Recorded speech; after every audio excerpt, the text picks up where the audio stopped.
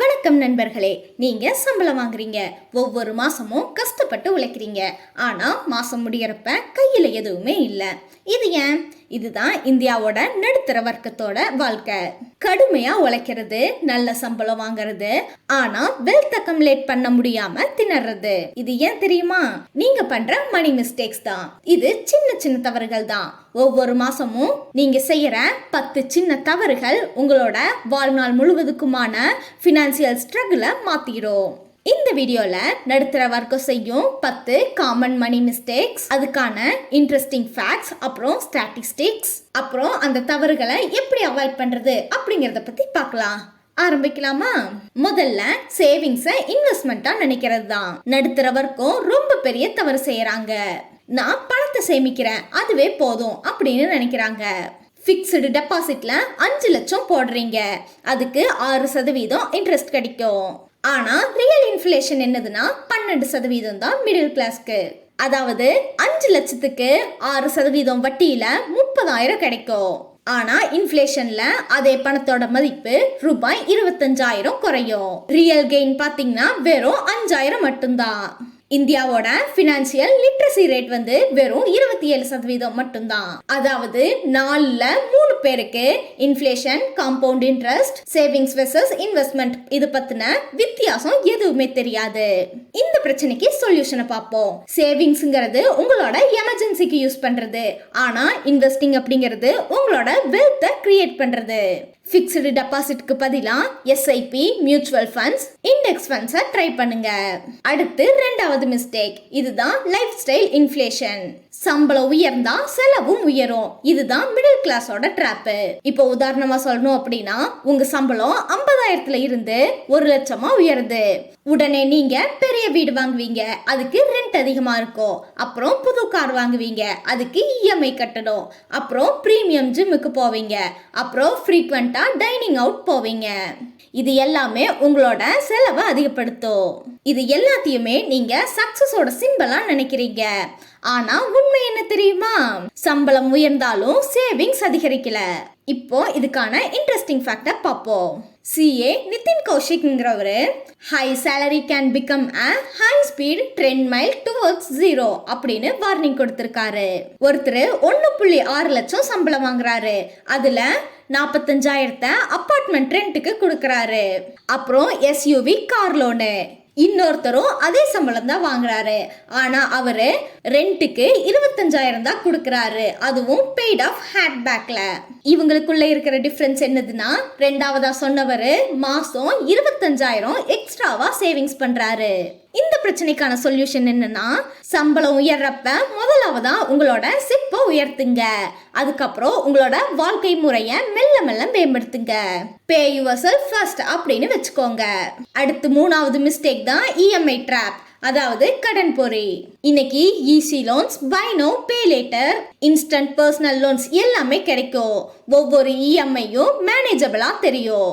ஆனா 5-6 லோன் ஒன்னா சேர்றப்ப சம்பளம் முழுவதுமா இஎம்ஐக்கே போயிரும். இதுல இன்ட்ரெஸ்டிங் ஃபேக்ட் என்னதுன்னா, 45% மிடில் கிளாஸ் ஃபேமிலிஸ் அவங்களோட இன்கம்ல 40% அது கூடவே டெப்ட் சர்வீசிங்க்கே செலவிடுறாங்க. இது பினான்சியல் டிஸ்ட்ரெஸ்க்கான வார்னிங் சைனா இருக்கு.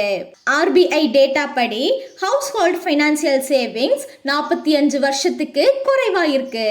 அதாவது மக்கள் சேமிக்காம பாரோ டு கன்சியூம் பண்ணி கொண்டு இருக்காங்க. இதுக்கான சொல்யூஷன் என்னதுன்னா, இஎம்ஐ உங்களோட சேலரி 30% மேல இருக்கக்கூடாது. No cost EMI psychological scam அப்படின்னு சிஏ வார்னிங் கொடுத்திருக்காங்க. Focus on total cost, not monthly payment. Personal லோனுக்கு 18ல இருந்து 24% இன்ட்ரெஸ்ட் இருக்கு. இது உங்களோட காம்பவுண்டிங் growth கில் பண்ணும். அடுத்து 4வது எமர்ஜென்சி ஃபண்ட் இல்ல. ஒரு மெடிக்கல் எமர்ஜென்சிக்கு, ஆக்சிடென்ட் இல்லைனா ஜாப்லெஸ் வந்தா உங்ககிட்ட கேஷ் இல்ல அப்படின்னா ஹை இன்ட்ரெஸ்டிங் லோனை நீங்க தேட வேண்டியதாயிரும்.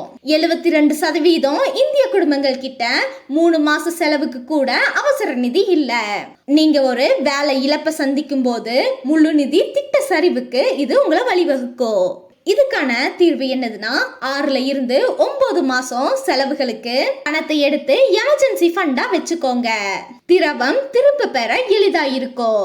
சேமிப்பு கணக்கு இல்லைன்னா திரவ நிதியா வச்சுக்கோங்க. இது உங்களோட விருப்பத்துக்காக எடுத்து வைக்கிறது இல்ல, இது நிதி திட்டத்தோட அடித்தளம். அடுத்து 5வது இன்சூரன்ஸை இன்வெஸ்டிங்கா நினைக்கிறது. Money back policy, endowment plan இது எல்லாமே பூர் ரிட்டர்ன்ஸ் கூடவே லோ லைஃப் கவரேஜோ ரெண்டுமே மோசம்தான். நீங்க பிரீமியம் கட்டுறீங்க, மெச்சூரிட்டியில கொஞ்சம் பணம் கிடைக்கும், ஆனா இன்ஃப்ளேஷனை விட குறைவுதான். பாரம்பரிய பணத்தை திரும்ப பெறும் கொள்கைகளுக்கு வருமானம் 4ல இருந்து 5% மட்டும்தான். அதே பணத்தை சிப்ல போட்டிருந்தா 12ல இருந்து 15% கிடைச்சிருக்கும். இதுக்கான தீர்வு என்னதுன்னா கால காப்பீட்டை தூய பாதுகாப்புக்கு பயன்படுத்துங்க. இது குறைஞ்ச பிரீமியமும் அதிக பாதுகாப்பானது. உங்களோட முதலீட்டை பராஸ்பர நிதிகள், பிபிஎஃப், பங்குகள்ல தனித்தனியா போடுங்க. காப்பீட்டை முதலீட்டு கூட ஒருபோதும் கலக்காதீங்க. அடுத்து 6வது காம்பவுண்டிங்க டிலே பண்றது. இப்ப இன்வெஸ்ட்மெண்ட் பண்ணலாம், அடுத்த வருஷமே பாருங்க. இந்த டிலே க்ரோர்ஸை இழக்க வைக்கும். இதுல இன்ட்ரெஸ்டிங் ஃபேக்ட் என்னதுன்னா ஒருத்தர் 25 வயசுல மாசம் 20,000 சிப்ல போட்டாரு. அவருக்கு 50 வயசுல 3.4 கோடி அதே தொகை கிடைச்சது. அவருக்கு 50 வயசுல ரூபாய் 3.4 கோடி கிடைச்சது. அதே தொகைய 35 வயசுல ஸ்டார்ட் பண்ணா உங்களுக்கு 95 லட்சம் மட்டும்தான். அதே எஃபெக்ட் அதே மணிதான், ஆனா அதோட டிஃபரன்ஸ் மட்டும் 2.45 கோடி. வெறும் 10 வருஷங்கள் தாமதமானதுனால மட்டுமே.